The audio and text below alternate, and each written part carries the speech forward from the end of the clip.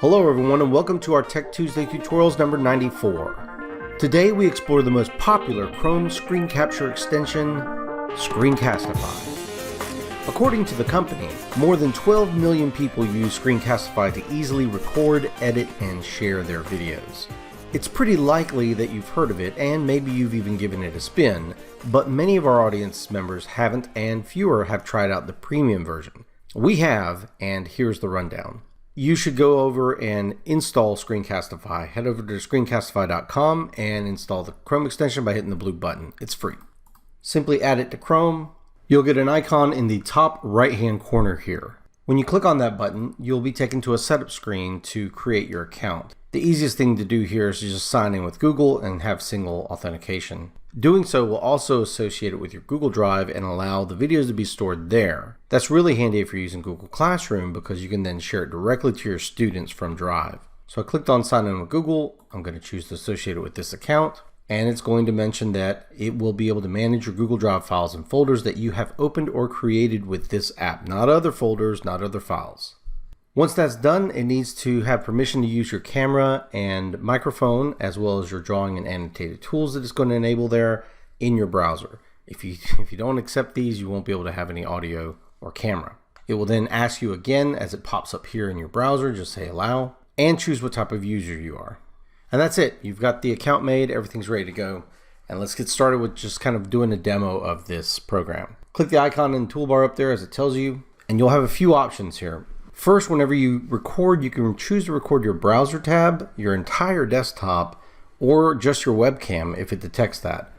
I'm on a computer that does not have a webcam, so you'll see it says webcam not detected, and you can choose whether or not you're going to have it record your microphone or just do a silent image capture. And you can click on show more options to enable a countdown, giving you about 3 seconds to kind of prep for the recording, and whether or not you want to show drawing tools to be able to draw directly on it, and if it's going to capture your system audio. It's actually kind of helpful for it not to capture your system audio most of the time, because that way if you get like a ding from Hangouts or something like that, it won't pick that up. Webcam preview is available if you have a webcam, and it will just basically show picture-in-picture, show your webcam on top of the recording that it's doing for the screen. So let's do a quick little recording. With the free version, you're limited to 5-minute increments. You can do as many as you like because it's stored in Google Drive, but each recording is limited to 5 minutes maximum.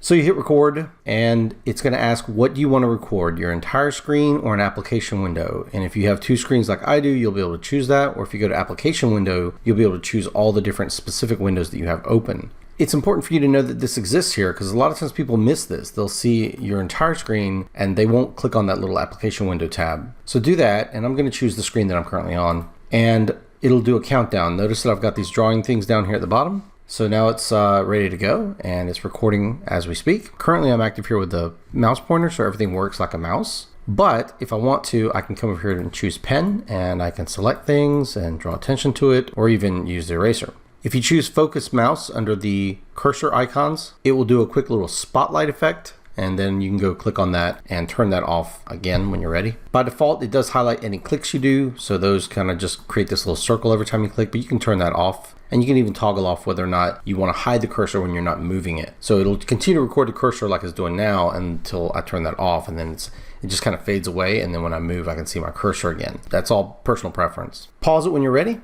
and at that point you can resume, do whatever you need to do, resume your recording and come back, or you can just stop it altogether. If you hit end recording, then it takes you to the page where it has stored it. Currently it's called Untitled. They tell you here's where you can polish all your stuff. It's saving it currently to Drive, you can see that. You can take a tour or skip it. We're going to skip it for now. First of all, you can do a quick trim. And this is in the free version. I'm showing you the free version right now. And you can basically trim just by dragging these little scissors. And so you can trim off parts of the back or the front, get it to exactly the point you want. And when you're done, you can save that trim. It's going to replace your original video when you do this. That's fine. Now you can't cut within it. You basically are trimmed from the ends with this just simple tool here. There is an editor we'll get to in a second. You can come up here and give it a name as well.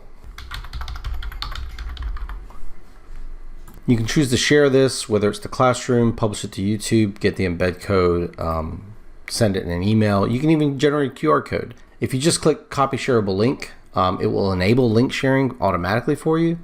But if you want more control, just come down here and click more options, and then you can choose who has access to this specifically, and then copy that link.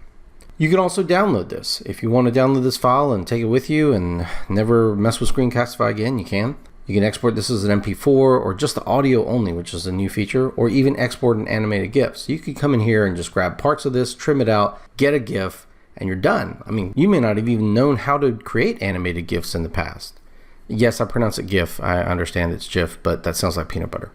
So just know that you have all this built into the free version. And for a lot of people, that's all they need. They need quick little recordings that are 5 minutes or less that they need to be able to download as a GIF or put it in the classroom. But if you want more, you can pay. We'll get to that. If you would like to do more detailed editing, you can open it in the editor, but you do need the premium version for this. You can try it out for free for 3 days, but just understand that you will have to get the premium version for this. So let's take a look at the premium version. I'm going to sign in with my other account that does have the premium version, and then we're going to look at pricing. Okay, so here's a file in the premium version that I had, and I'm going to open it in the editor. Notice that the options I have here are basically the same as I had before. That doesn't change. But if I come in here to open editor, I'm going to get an interface that's similar to other movie editing programs. I can trim from the front or the back like I could in the free one, but also at any point I can go in and select a point in the clip, and I can then choose to cut. It's kind of weird because we're used to using the term split on a lot of movie editors, but basically that's what it does here. It's split. That cut really is a split. Think of a reel that is cutting right there. And then from there, I can go in there and trim off some things. So that's an easy way to get rid of some stuff. Like if I wanted to get rid of this little section here of the video, I could cut once, I could cut again, I could select that middle part and then delete that middle part, and thereby cutting out part of that in the middle there. I can go in here and add text to the images itself and put overlays and so on. I can even crop the image so it's only a certain part of the image. And at some point you may feel like, okay, I'm kind of done with this, and I can come up here and download that as an MP4, or I can go over here and save this to Google Drive. If you do, it's going to ask you for a new name, and it'll save it as a copy into your Google Drive. In addition to saving this and cutting and trimming, you can also come over here and hit the blue plus button to add a clip. You can either upload a file or choose a file from your Google Drive and add it to the timeline. So this has rudimentary video editing capability. It's not amazing, but it's pretty good considering this is just a web-based application. If you want something more, you really will need to probably download it as an MP4 and bring it into your favorite video editing software. It's for this reason that I don't use Screencastify to record my Tech Tuesdays. However, that doesn't mean it's not worth it, and it doesn't mean we didn't feel the need to pay for this. One of the reasons why we decided to buy Screencastify for our agency was we needed a way to record our Google Hangouts, and we needed it to be simple and easy for all of our users to do without having to, install software on their computer. You can do this on a Chromebook because it's a Chrome-based app. So let's take a look at the pricing scheme.